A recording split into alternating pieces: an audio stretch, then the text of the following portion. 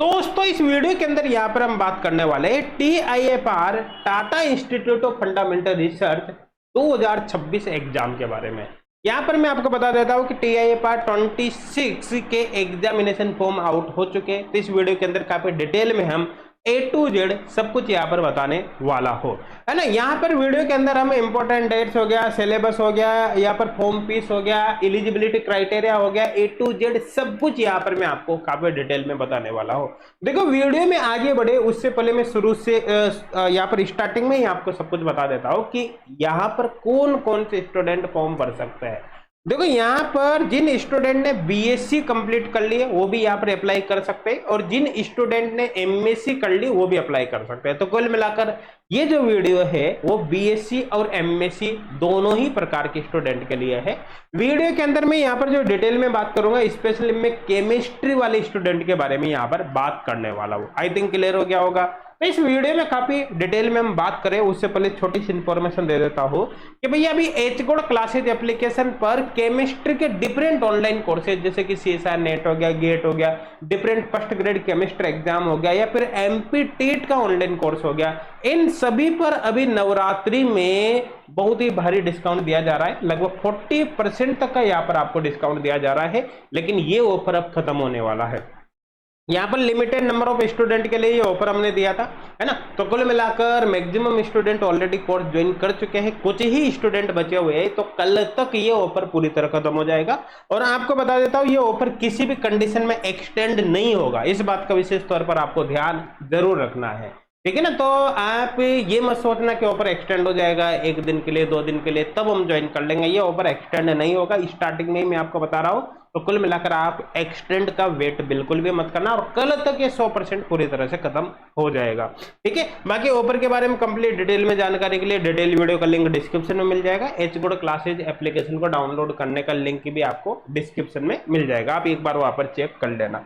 अब देखो TIFR के बारे में हमको जानकारी लेनी है, तो सबसे पहले आपको Tata institute of fundamental research TIFR की मेन एक तरह से जो मेन वेबसाइट है इसको ओपन कर लेना है, और इसका लिंक भी मैं आपको डायरेक्ट डिस्क्रिप्शन में दे देंगे, वहां से आप इसको डायरेक्ट ओपन कर सकते हैं।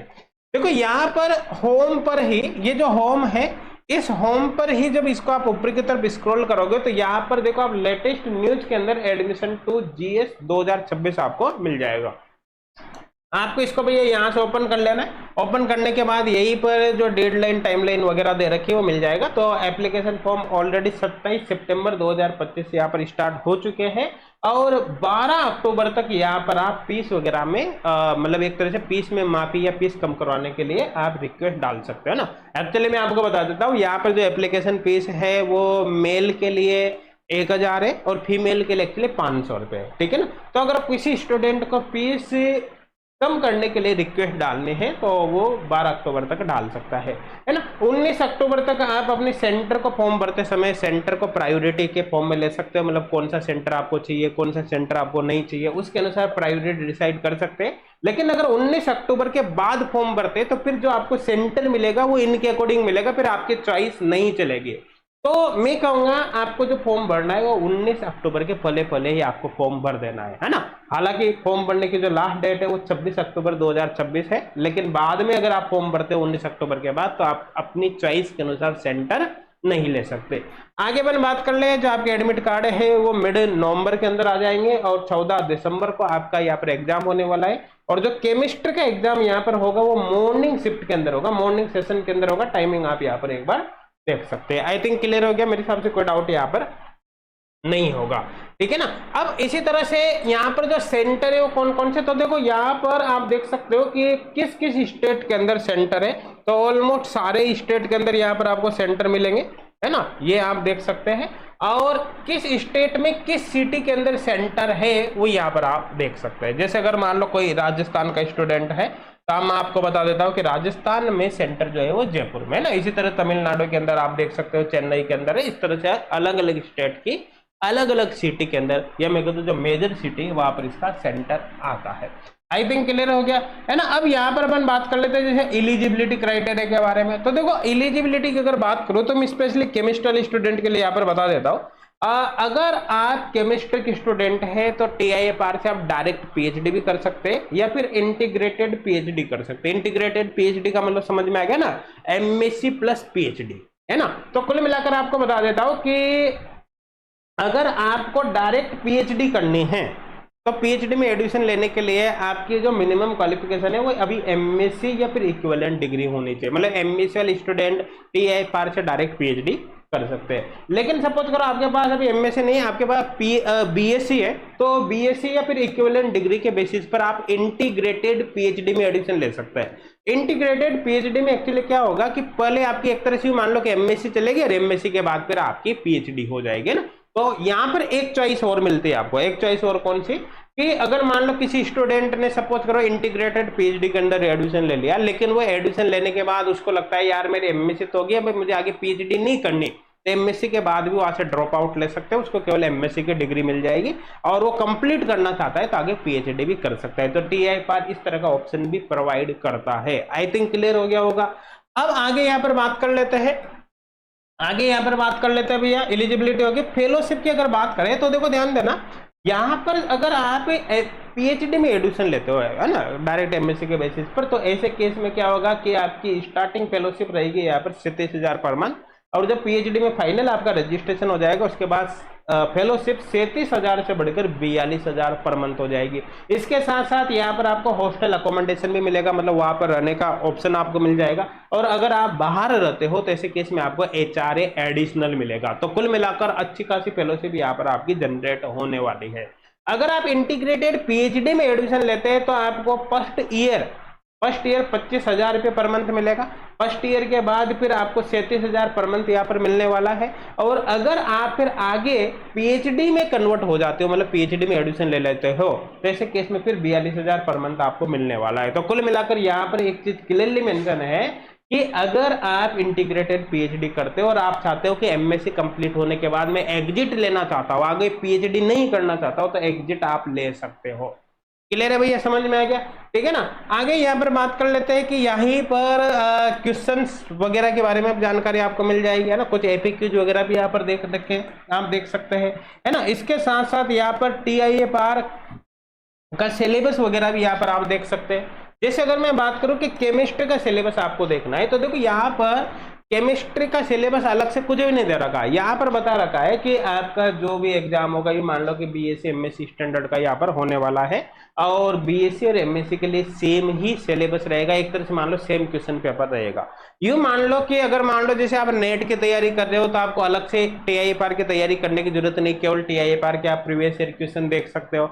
IIT JEM की तैयारी कर रहे हो या फिर गेट की तैयारी कर रहे हो, तब भी आपको TIFR की अलग से तैयारी करने की जरूरत नहीं, केवल आप इसका प्रीवियस ईयर क्वेश्चन सॉल्व कर सकते हैं, है ना। इसका जो स्टैंडर्ड होता है वो ठीक ठाक होता है, अपन मान सकते हैं कि बहुत ज्यादा हाई भी नहीं रहेगा, बहुत ज्यादा कम भी नहीं रहेगा, मॉडरेट लेवल का रहेगा, है ना। एक तरह से IIT JEM स्टैंडर्ड आप यहाँ पर मान सकते हैं ना। बाकी ये सैंपल क्वेश्चन भी यहाँ पर दे रखे हैं, इसमें कोई दिक्कत वाली बात नहीं, ये आप देख सकते हैं, है ना।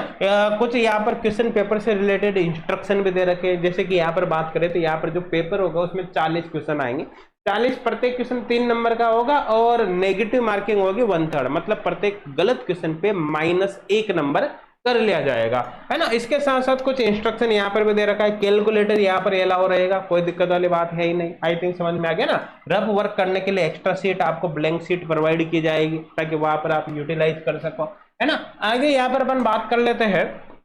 यहाँ पर देखो प्रीवियस ईयर क्वेश्चन भी आप यही से डाउनलोड कर सकते हो। तो यहाँ पर आप देख सकते हो कि 2025, और यहाँ पर देखो शुरुआत कहाँ से हो रही, शुरुआत देख सकते हो आप 2010। तो 2010 से लेके 2025 तक के सारे प्रीवियस ईयर पेपर आप वेबसाइट से भी डाउनलोड कर सकते हो, और अगर आपने H good classes application download कर रखा है तो वहां से भी इन प्रीवियस ईयर पेपर को आप डाउनलोड कर सकते हैं।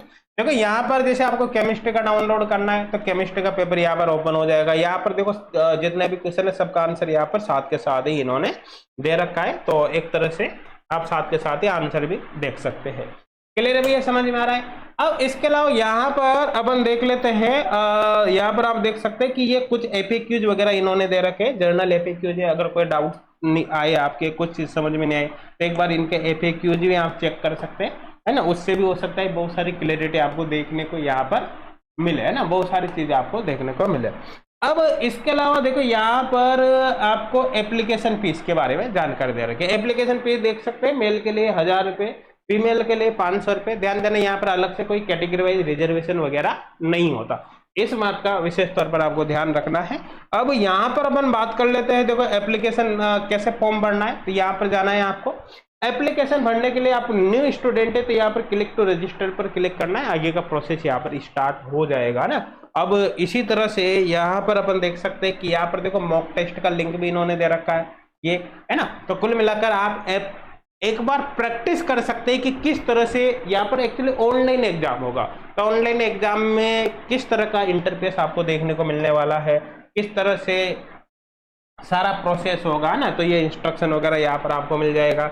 आगे नेक्स्ट पे क्लिक करोगे तो पेपर यहाँ पर स्टार्ट हो जाएगा। तो मॉक टेस्ट है ना। यहाँ पर आप कर सकते हो कि I am ready to being ऐसे करके, ओके है ना। यहाँ पर एक्चुअली ये होगा ना, ये इस पे क्लिक करके यहाँ पर करना है आपको। यहाँ से आपका जो प्रोसेस है एप्लीकेशन का वो स्टार्ट हो जाएगा। तो यहाँ पर प्रैक्टिस भी कर सकते हैं, है ना। वही कोई भी क्वेश्चन है जैसे मार्क को रिव्यू करना है आपको, यहाँ पर किसी क्वेश्चन को अटेम्प्ट करना है, क्लियर रेस्पॉन्स करने का ऑप्शन मिल जाएगा, है ना। सेव और नेक्स्ट का ऑप्शन मिल जाएगा, प्रीवियस का ऑप्शन मिल जाएगा। जो कुछ आप एक्टिविटी करते जाओगे वो यहाँ पर शो होती जाएगा ना। जैसे आपने इसको किया तो कुल मिलाकर जैसे जैसे आप यहाँ पर क्वेश्चन अटेम्प्ट करते जाएंगे वो चीजें यहाँ पर शो होती जाएगी। क्लियर है भैया, समझ में आ रहा है? हाँ, आई थिंक क्लियर हो गया होगा, मेरे हिसाब से कोई डाउट यहाँ पर नहीं होगा ना। तो कुल मिलाकर जैसे जैसे आप क्वेश्चन अटेम्प्ट करोगे यहाँ पर ये शो होता जाएगा। तो ये था पूरा प्रोसेस। मुझे नहीं लगता TIA-PAR से रिलेटेड किसी भी इंफॉर्मेशन में आपके कोई डाउट हो, ठीक है। आप भी अगर इंटरेस्टेड है तो जरूर आप अप्लाई करें, है ना। TIA-PAR एक तरह से फेलोशिप की भी काफी अच्छी अपॉर्चुनिटी देता है और साथ के साथ ये मान के चलो काफी बड़ा इंस्टीट्यूट रहता है, काफी अच्छा नाम होता है TIA-PAR का। तो ऐसे केस में यहाँ से अगर आप PhD वगैरह कर लेते हो या MSc भी आप करते हो तो ऐसे केस में आपके पास बेटर अपॉर्चुनिटी आपको देखने को मिलेगी। बाकी ये इस ऑफर के बारे में मैंने जानकारी आपको बताई थी, ये ऑफर एक्सटेंडेबल नहीं है। ये मान के चलो कल ये ऑफर खत्म हो जाएगा, उसके बाद फिर आपको चांस नहीं मिलेगा। और फिर बता रहा हूँ ये ऑफर बिल्कुल भी एक्सटेंड नहीं होगा, किसी भी कंडीशन में एक्सटेंड नहीं होगा। Thank you.